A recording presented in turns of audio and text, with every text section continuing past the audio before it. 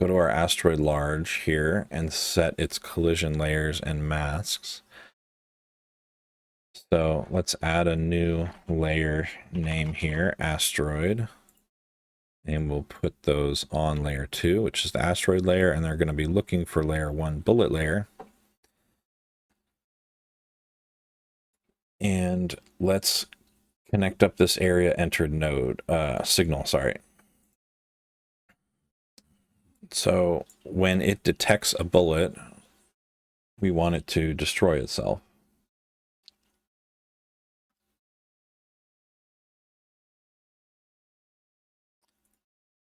So let's come in here and on asteroid entered, this area that's getting passed in here is the area that entered our asteroid, which will be the bullet.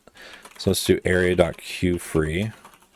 Whenever it collides with an asteroid, the bullet will free itself.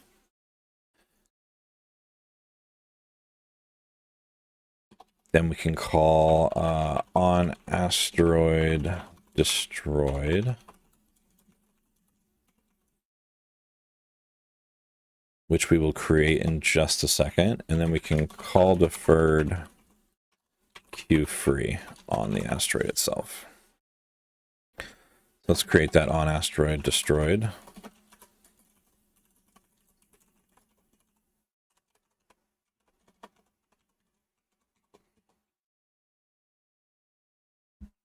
And the reason I'm putting an underscore in front of this function here is because this function is just going to be local to this script. It's not going to be called outside of this script. So it's common practice to put underscores in front of local functions. And then global, for instance, how we're calling this outside of the global script, it's not going to have a underscore in front of it. And that's just to tell ourselves, you know, this should be called outside of this script, or this function should just be called locally within this script. So in here on asteroids destroyed, we are going to spawn asteroids. And we're going to spawn medium asteroids when the large asteroid is destroyed. So let's create that function, create it below it. So spawn asteroids. This is going to take in an asteroid type as a string. So that's that medium asteroid that we want to spawn. Let's match that asteroid type. And if we put in medium, then let's come up here really quick and let's have a new variable, asteroid type to spawn.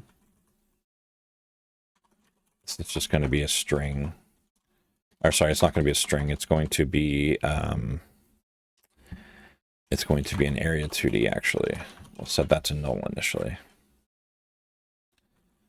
So asteroid type to spawn is going to be equal to load.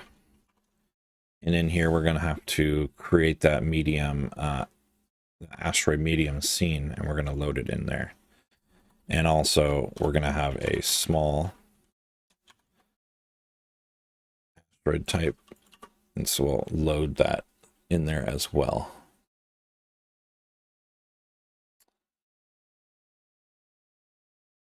So we'll create those in just a second here. But let's finish out these functions here. So if asteroid type to spawn is not equal to null, so let's just make sure that we didn't type in some random thing here where our capitalization was wrong or something. We don't get a null error. Call deferred spawn asteroid, and let's create spawn asteroid. So spawn asteroid down here. I'm going to say for I in 2, because each asteroid that we're going to kill is going to spawn 2 more asteroids. Var asteroid instance is going to be an area 2D. Or no, actually this is going to be an asteroid. equals asteroid type to spawn dot instantiate as asteroid. We're going to do get parent dot add child. So these are going to add them to the asteroid manager. Asteroid instance. And then we'll set its global position. So asteroid instance dot global position will be equal to our global position plus vector 2 a randef range between minus spawn offset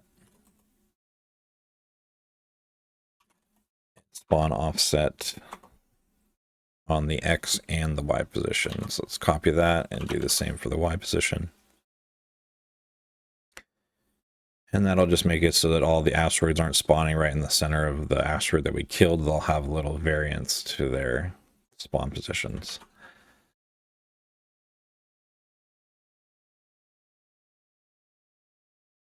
So now we need to create those asteroid medium and asteroid small scenes. Let's create a new scene here. Let's make this an area 2D. This is going to be our asteroid medium.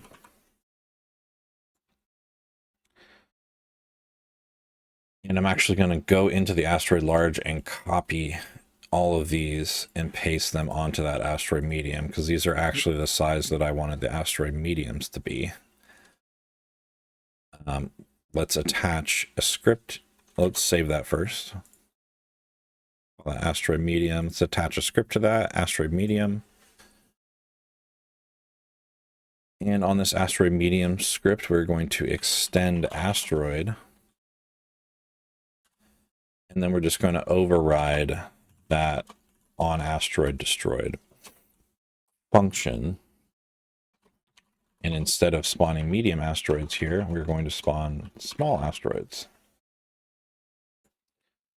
That's going to give us some errors until we fix this main asteroid script, until we fix this. But we can go ahead and pull in the medium asteroid here. And let's create a small asteroid now. So let's make another area 2D. This is going to be asteroid small. And in here, we're going to have to come in and create these asteroids. So let's stay between one box, 8 pixels up and to the side and down to the left. So let's say this size here for these asteroids. And let's create 3 line 2Ds here. So let's make that a width of 2, and then we can duplicate that 2 more times. And let's just create some shapes for the small asteroids. Do our little trick here so we don't get any jagged edges.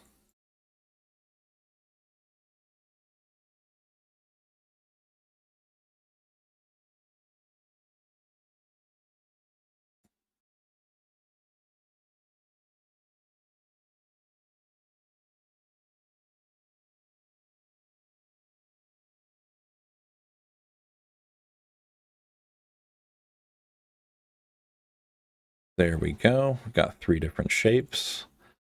Let's create collision polygons for those. Turn disabled on. I'll duplicate this 2 more times. And then let's create the shapes for that.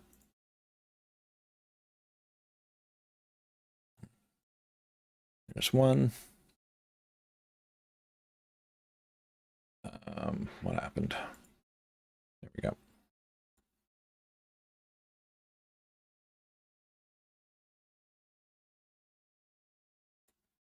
There's 2.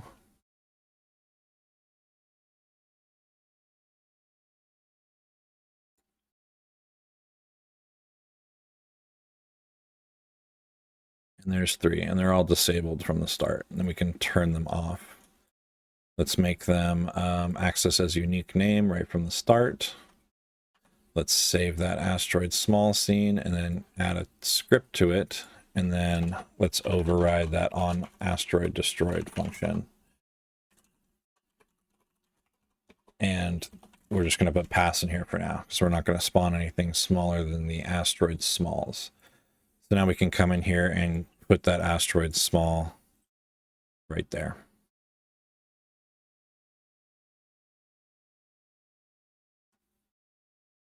Now it's saying that we can't. Okay, this is supposed to be a packed scene, not an area 2D. This is going to be a packed scene. That is why. So make sure you go up there and change that to a packed scene. And there we go.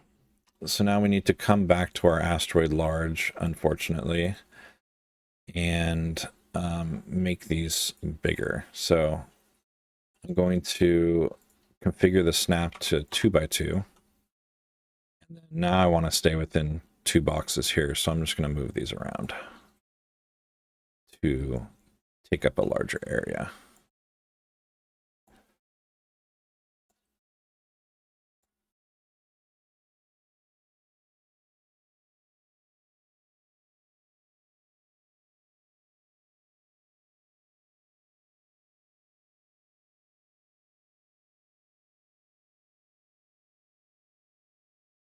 Okay, I'm actually going to delete all these. It's going to be easier to remake those if I just delete them. So let's take this one. Let's make it larger.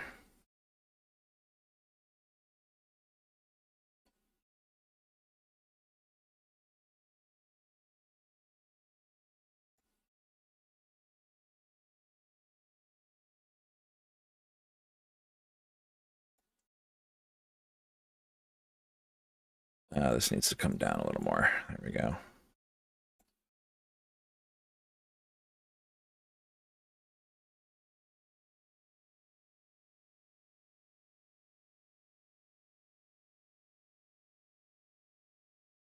Grab that there. And this last one, let's fix this.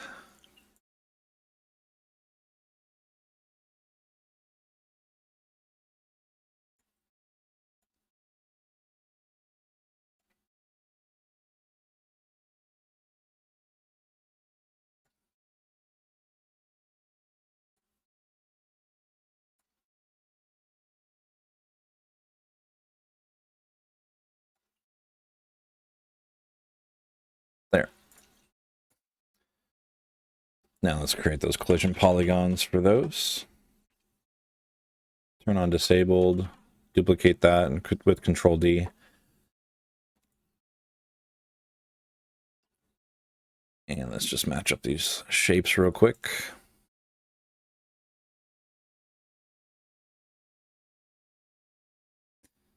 It's an ugly looking asteroid.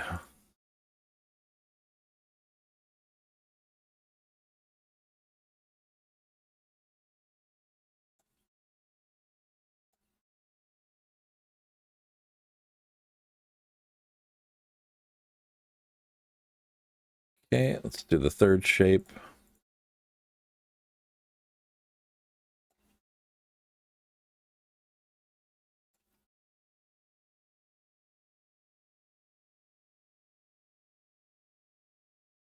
Okay, and we have disabled turned on all those. Okay, there we go.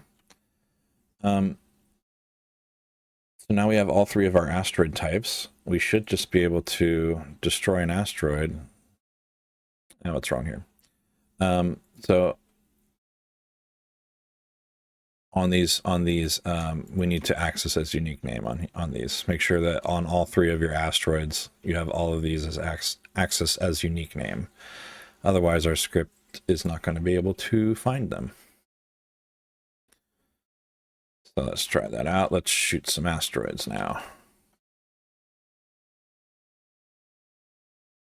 And this is supposed to be spawn asteroids. Multiple spawn asteroids. Let's try this.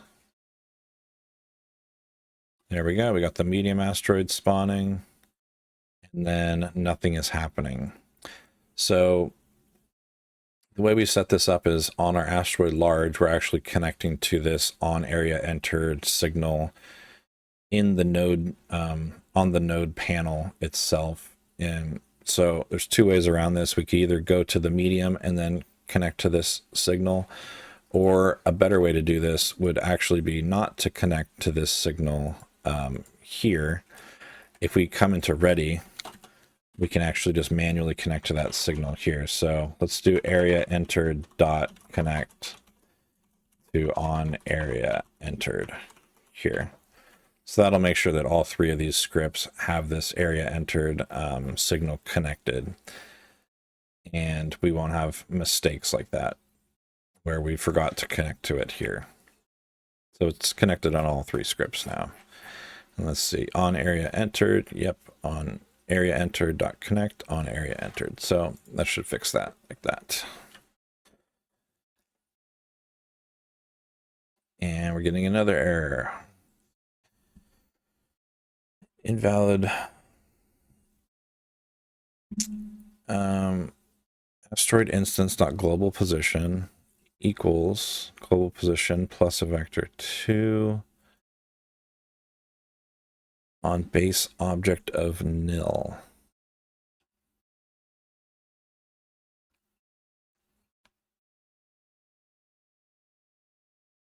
So it's saying that the asteroid small is nil.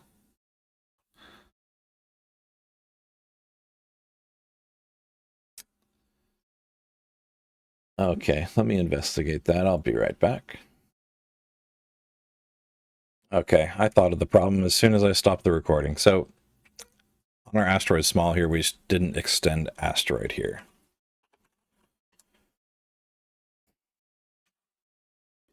So there we go. That should fix that. Let's test that out. There we go.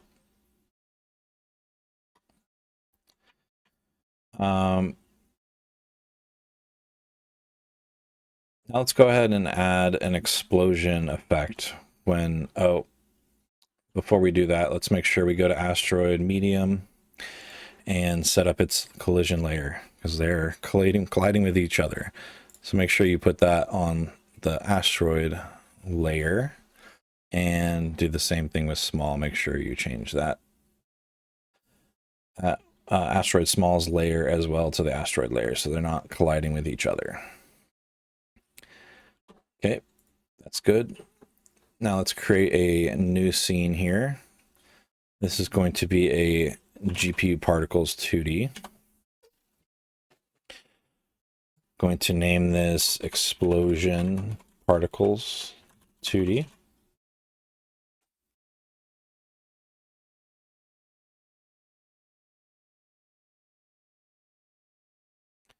Let's set its texture to star 4x4.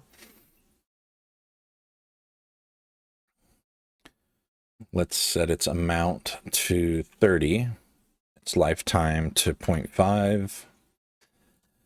Turn its explosiveness all the way up. Let's come in here, actually, turn off snapping.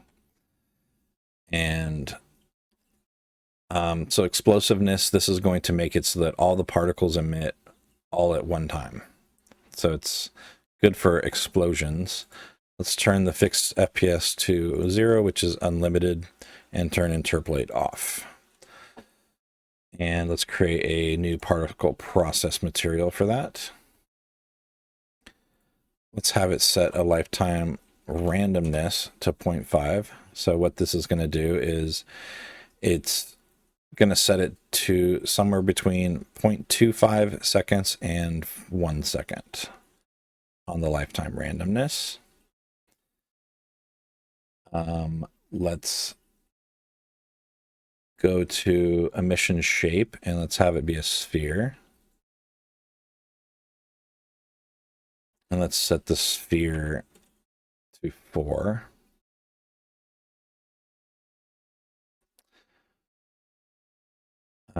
Let's come down here to initial spread and spread that to 180. So that's going to shoot them off in all directions. Flatness, we can leave at 0. Let's give it an initial velocity of between 100 and 200.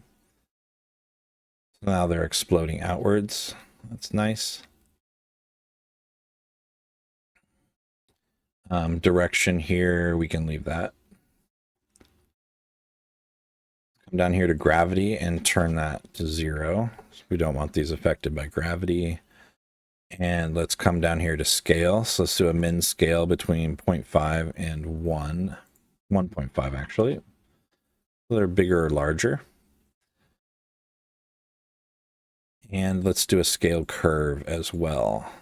So over time, click right around 0.65, well, it's 0.66, and then they'll scale out to 0 at the end of their lifetime.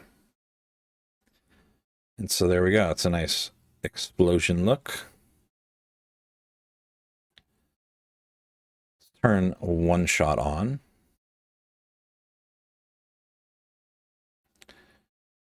And let's go ahead and save that. Let's create a new folder here. Let's name this standalones. Let's save that scene.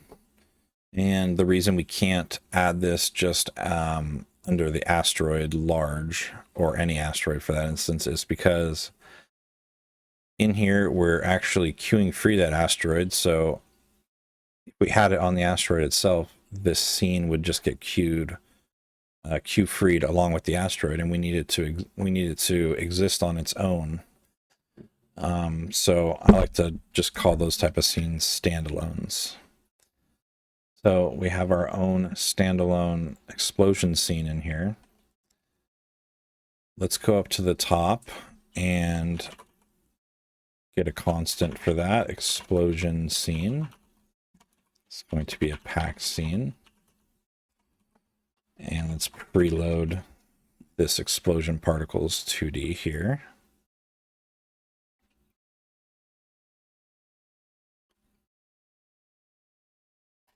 And then when we are destroyed, let's instantiate that. So explosion instance is going to be a GPU particles 2D equals explosion scene dot instantiate as a GPU particles 2D.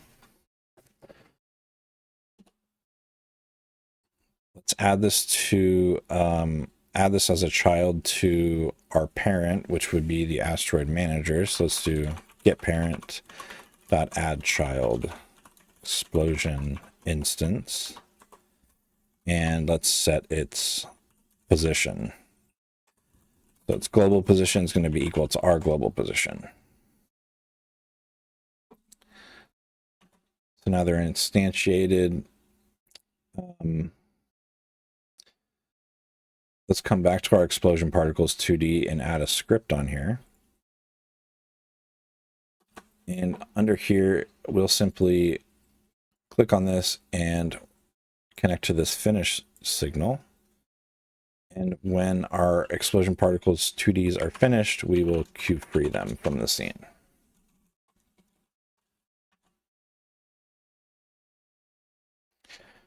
Okay, that should work as long as we have the one shot set up. We're also going to need to turn emitting on when this is first instantiated. So let's do function ready emitting equals true.